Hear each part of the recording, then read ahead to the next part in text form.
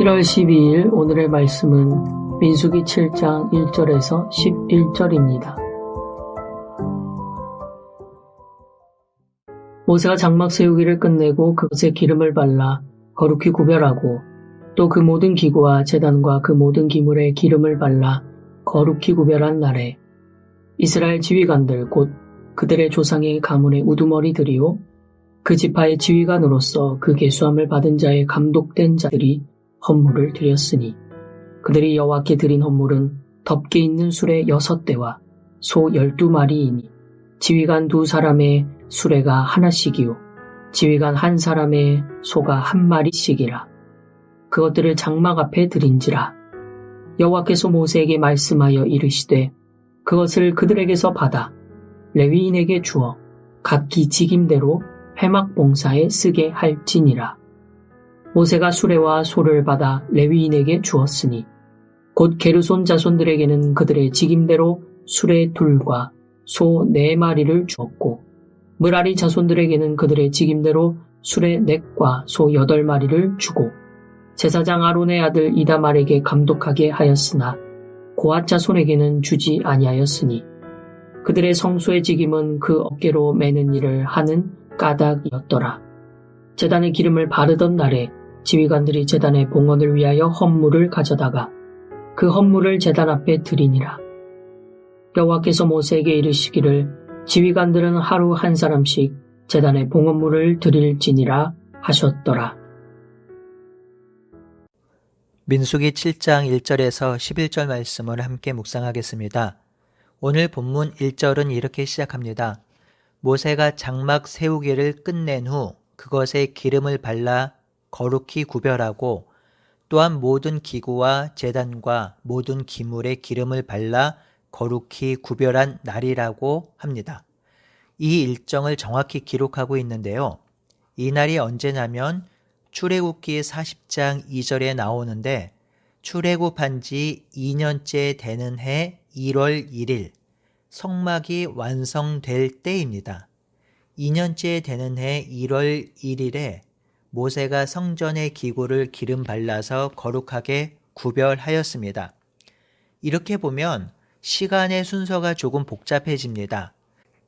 민수기 1장 1절에 보면 이스라엘 자손이 애굽 땅에서 나온 후 둘째 해 첫째 날에 여호와께서 모세에게 인구 조사를 실시하라고 명령합니다. 7장 1절은 출애굽한 지 둘째 해 1월 1일에 일어난 사건이고 인구조사는 둘째 해 2월 1일에 일어난 사건이니 시간 순서상으로 오늘 묵상하는 7장이 1장보다 먼저 일어난 사건으로 볼 수 있습니다. 시간상의 문제가 생긴 것이죠.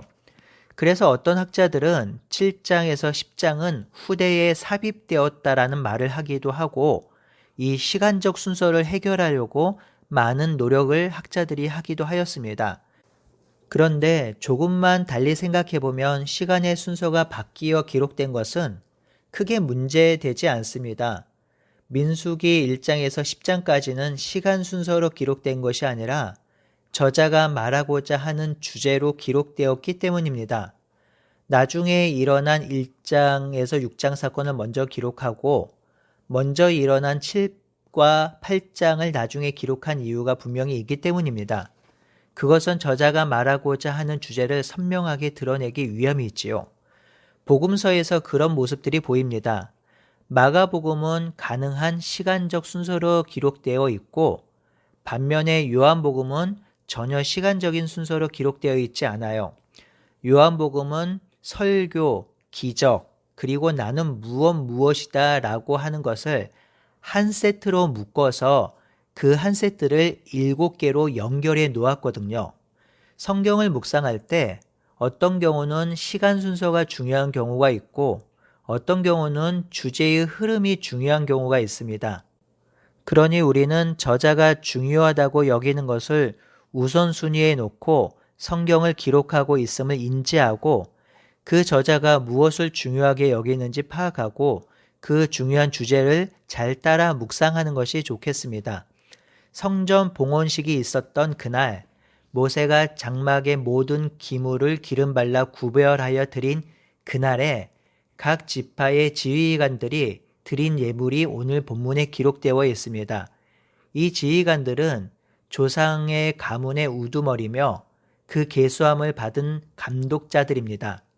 이 지휘관들이 드린 예물이 3절부터 기록되어 있습니다. 덮개 있는 수레 6대와 소 12마리입니다. 성경은 3절 하반절에 친절히 계산까지 해주지요. 지휘관 2명의 수레 1대, 지휘관 1사람이 소 1마리를 드렸다고 하지요. 이것을 하나님께 드렸습니다. 하나님은 모세에게 지휘관이 예물로 드린 것을 레위인들에게 주어 각기 직임대로 회막 봉사를 할 때 사용하라고 하셨습니다.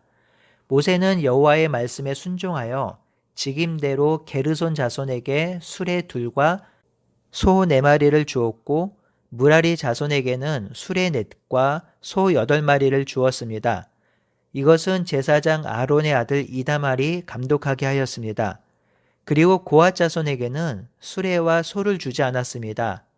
그들의 직임은 성소 기물을 운반하는 일이었고 이 성소 기물의 운반은 수레에 실지 않고 어깨에 메어야 하기 때문입니다.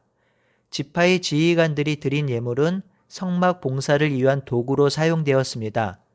육체 노동을 더하는 무라리 자손에게는 수레 4과 소 8마리를 주었고 조금 덜한 육체 노동을 하는 게르손 자손에게는 그의 반을 주었고 어깨에 메고 성전 기물을 운반하는 고앗 자손에게는 수레와 소를 주지 않았습니다. 이 예물을 드리는 것을 통해서 우리가 정욕해야 할 것들이 조금 있습니다. 첫 번째로 예물을 드리는 것, 교회 사역을 위해서 드리는 것은 감사의 표시라는 것입니다. 성막이 완공되었을 때 그것을 구별하여 하나님께 드릴 때에 각 지파의 대표들은 하나님께 감사하는 마음을 가졌습니다. 기뻐했습니다. 애굽에 종되었던 자신들이 출애굽하여 하나님의 말씀에 순종하여 성막을 완공하고 하나님의 임재를 경험하며 하나님의 백성으로 살아갈 수 있음에 감사했습니다. 그 감사의 표현이 바로 예물을 봉헌함으로 드러난 것입니다. 이 예물의 드림은 감사의 표현입니다. 우리가 하나님께 드릴 때에 가장 기초적이고 기본적인 마음은 감사의 마음입니다. 하나님이 하신 일과 하나님의 행하실 일을 생각하고 묵상하면 감사할 뿐인데요. 이 감사한 마음을 하나님께 예물로 표현하는 것이지요. 두 번째는 자발적으로 드려야 합니다. 기뻐하여 드려야 합니다. 억지로나 인색함으로 하면 안 됩니다. 교회당의 봉헌이나 입당식을 할 때, 때로는 임직식을 할 때 공식적으로 헌금을 거두거나 물질을 드리라고 하는 경우가 있습니다. 아마도 민수기 7장 때문이 아닐까 싶습니다. 하지만 그러한 방식은 성경적이지 않습니다. 오늘 지휘관이 드린 예물은 자발적인 예물이었습니다. 성막이 완성된 것이 너무 기쁜 나머지 스스로 자발적으로 드린 것입니다. 그 드리는 동기도 선했습니다. 성막을 이동할 때 레위 자손이 감당하는 일이 고된 일이라 그 고된 일을 함께 나누고자 수레와 소를 드린 것입니다. 교회에서 사역을 하다 보면 물질이나 교회의 비품이 필요한 경우가 있습니다. 교회의 비품과 교회가 사역하는 것을 채워야 하는 것은 우리의 모두의 몫이지요. 이것조차 금하는 것은 옳은 것은 아닙니다. 그런데 채워야 할 때 자발적이어야 합니다. 만약 드릴 것이 없고 드린 것이 없어서 사역을 못하게 된다면 못해도 됩니다. 억지로 강요해서 사역하는 것은 옳은 일이 아닙니다. 세 번째로 목회자나 특정한 사람의 주머니로 재물이나 헌물이 들어가면 안 됩니다. 그렇게 되면 자꾸 사심이 생기고 선한 일이 일어나지 않습니다. 개인적인 주머니로 재물이 들어가게 되면 드리는 성도의 선행도 퇴색하게 됩니다. 그러니 교회의 사역에 필요한 것을 채우는 일은 자발적이어야 하며 필요한 것만 채우면 됩니다.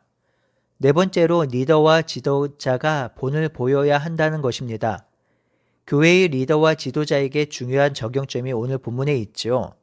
교회의 리더에 있다라는 것은 지도자의 위치에 있다라는 것은 교회를 세우고 섬기는 책임의 자리에 있다라는 것입니다.